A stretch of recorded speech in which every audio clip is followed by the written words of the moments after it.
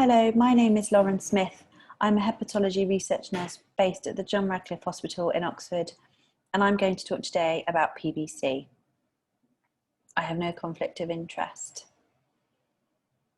So basically a little bit about what PBC is and a bit about the history. PBC stands for primary biliary cholangitis, and it was a disease first reported in 1851 by Addison and Gull, who described it as a progressive jaundice in the absence of obstruction of the large bile duct. It was originally known as primary biliary cirrhosis, as the majority of patients when they were diagnosed were either in the late stages of fibrosis or sadly already cirrhotic. In 2014, after much campaigning, it was changed to primary biliary cholangitis, as patients very, very rarely present in the late stages of fibrosis or cirrhosis. PBC is an autoimmune liver disease that destroys and attacks the bile ducts within the liver. PBC is classed as a rare disease, and it affects one in between 3,000 and 4,000 people, and 90% of patients are females aged between 40 to 60 years old. Here is an illustration comparing the normal bile ducts in a liver to bile ducts in a patient with PBC, and as you can see in the top picture of the bile ducts appear nice and smooth, and they allow the bile to flow freely through them, compared to the bottom picture where we see lots of inflammation and scar tissue causing strictures, and this prevents the bile from flowing freely. So the main signs and symptoms of PBC that we see in patients are fatigue, itch, and a mild dull pain or discomfort in the right side of the abdomen. These tend to appear in the early stages of the disease. However, jaundice and ascites are in lighter blue because they too come later in the disease.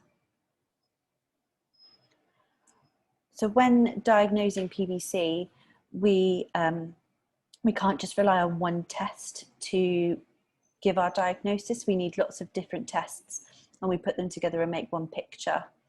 So when a patient presents with the symptoms I've mentioned before, so the fatigue and the itch and the pain, a GP would normally refer them for some blood tests. These would include LFTs that we would see that they're deranged, especially with an elevated ALP and gamma GT.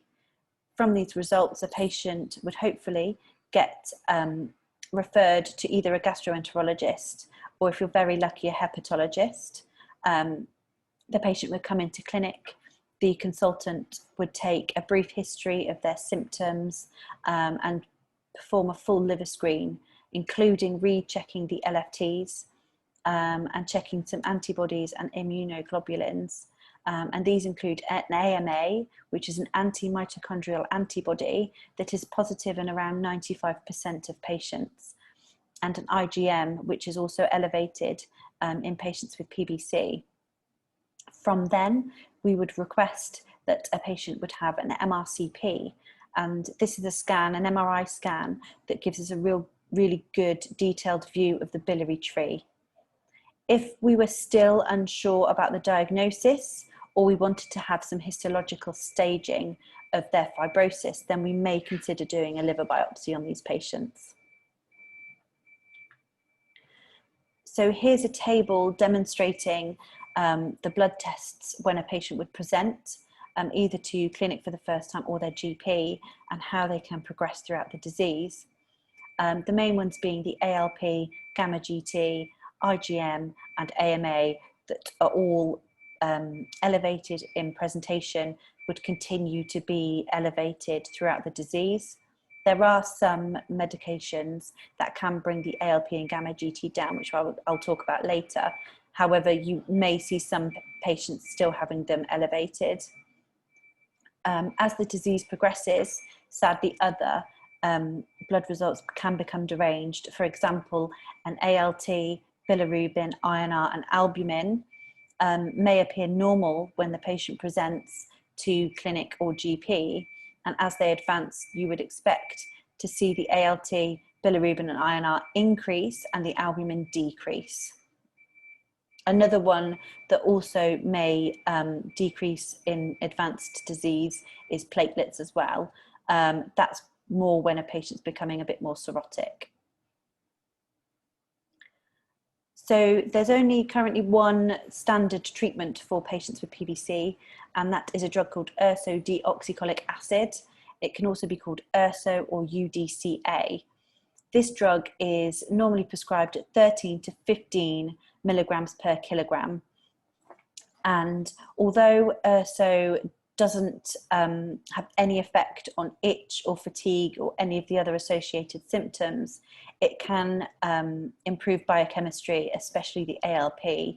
And in some cases, it can cause the ALP to become back to within normal ranges as well. URSO also reduces the need for transplant and can reduce mortality rate. Unfortunately, around 20% of patients won't respond to URSO. So we can use fibrates or a beta-cholic acid in those patients. A beta-cholic acid is quite a new drug that improves bile flow and reduces inflammation. And it is a drug that can be used either with or without URSO at the same time. Unfortunately, you would need to give additional treatment for some of the symptoms, and some of them is, one of the symptoms can be malabsorption of some of the vitamins, including A, D, E, and K. So patients will need to have supplements for them, and also sometimes calcium as well. In the majority of patients, they will have a problem with itch. Itch can be extremely stressful, debilitating, and unfortunately it can be quite hard to treat and manage in some patients. First line, we would try and introduce a topical treatment, so an E45 cream or a Dermacool cream that can work quite nicely. Unfortunately, if these don't work, we then have to go to pharmacological management of their itch. So there is sort of first, second, third and fourth line treatments. And the first line treatment would be a drug called cholestyramine. And this is a bile acid sequestrant, which we would normally prescribe a dose of between 4 to 8 grams. Unfortunately, with this drug, you do have to be very careful when you take it. So it has to be taken either an hour after your normal medication, especially URSO, or 4 to 6 hours before normal medications, as it can affect the way they work, especially the URSO. Rifampicin, sertraline and naltrexone aren't currently licensed to be used for treatment for itch in patients with cholestatic diseases. However, they do work quite well. Rifampicin, you need to monitor patients' LFTs whilst they're on this drug, as it can cause hepatotoxicity. And that drug is normally prescribed around 150 milligrams twice daily. Sertraline and naltrexone, the third and fourth line drugs, are normally prescribed at 50 milligrams per day. Unfortunately, some patients do develop end-stage disease, and a liver transplant is the only viable option for these patients. In patients with PSC, if they do have a liver transplant, they may find that the liver transplant cures their itch and other symptoms. However, it doesn't always cure for their fatigue problems. Around 20 to 25% of patients will unfortunately have recurrent disease due to the fact that PBC is an autoimmune disease. Last year, 69 transplants were undertaken in the UK for PBC patients, which is 7% of all transplants taken out last year. And obviously, with any other liver transplants, these come with their own risks, the main one being that the patient would be on immunosuppression for the rest of their life. Here's a brief list of some of the complications you may find in PBC patients. So osteoporosis, they have malabsorption of fat and fat-soluble vitamins, which is why they need to have the supplements I mentioned earlier. So the vitamins A, D, E, K, and the calcium. They sometimes have other autoimmune diseases, so IBD, a lot of them will have either Crohn's or colitis. rheumatoid arthritis, Sjögren's syndrome, which can give the patient dry eyes and a dry mouth, and hypothyroidism. And with any other liver disease, if they do progress to liver cirrhosis, then the liver cirrhosis can cause its own complications, such as jaundice, edema, ascites, clotting issues, risk of hepatic encephalopathy, and many others. So in Oxford, we try to see our patients with PBC at least annually if we consider them stable and well. If they're slightly more unstable or they've just started a new drug, we tend to see them 3 to 6 monthly. In Oxford, we're extremely lucky. We have a monthly autoimmune liver disease MDT meeting where we discuss newly diagnosed patients and patients who aren't responding to their current treatment. So we discuss whether a fibrate or a beta-cholic acid is best for them. And we also have a fortnightly autoimmune liver disease clinic on a Wednesday afternoon, which is always ran by the same 2 consultants. So it provides really good continuity for our patients, and patients seem to really like it. The following investigations should be done annually. So abdominal ultrasounds, which looks for polyps, if there's any hepatomegaly, if there's any splenomegaly, and if there's any, possible fibrosis or cirrhosis on the liver. Blood tests should be done 6 to 12 monthly, depending on the stability and the wellness of the patient. And these blood tests should include full blood counts, U's&E's, and LFTs. If they are progressing to advanced disease, you may also want to check a clotting as well. A FibroScan, which is a really good non-invasive way to stage a patient's fibrosis score. A DEXA scan should be possibly done every 5 years, as PBC patients are at risk of bone density problems. And if a patient is a known cirrhotic, or if you discover that they have a low platelet count and a higher FibroScan score and you suspect they may be cirrhotic, you may want to carry out annual variceal screenings as well. So at the moment, there's a couple of studies we are going to be doing in Oxford for patients with PBC. The first one being UK PBC cohort, which has been going on for a little while now across the UK. And this is looking at identifying a genetic factor in patients with PBC. So patients consent to the study after receiving a patient information sheet, which tells them about the study.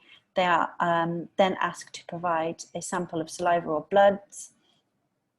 We extract the DNA from that and send it off, and they just complete some questionnaires at regular intervals. So these questionnaires include the PBC-40 questionnaires, and it's sort of a symptom checker as well, clinically as well for us, which is a good idea. A future study that was due to open just before COVID, and we're hoping to open it in the next couple of months in Oxford. It's a study looking at a beta-cholic acid and using it in combination with a bezafibrate to see if this has an effect on the progression of PBC. So as PBC is a rare disease, you will find that there's only a couple of specific support networks out there for them, the main one being the PBC Foundation.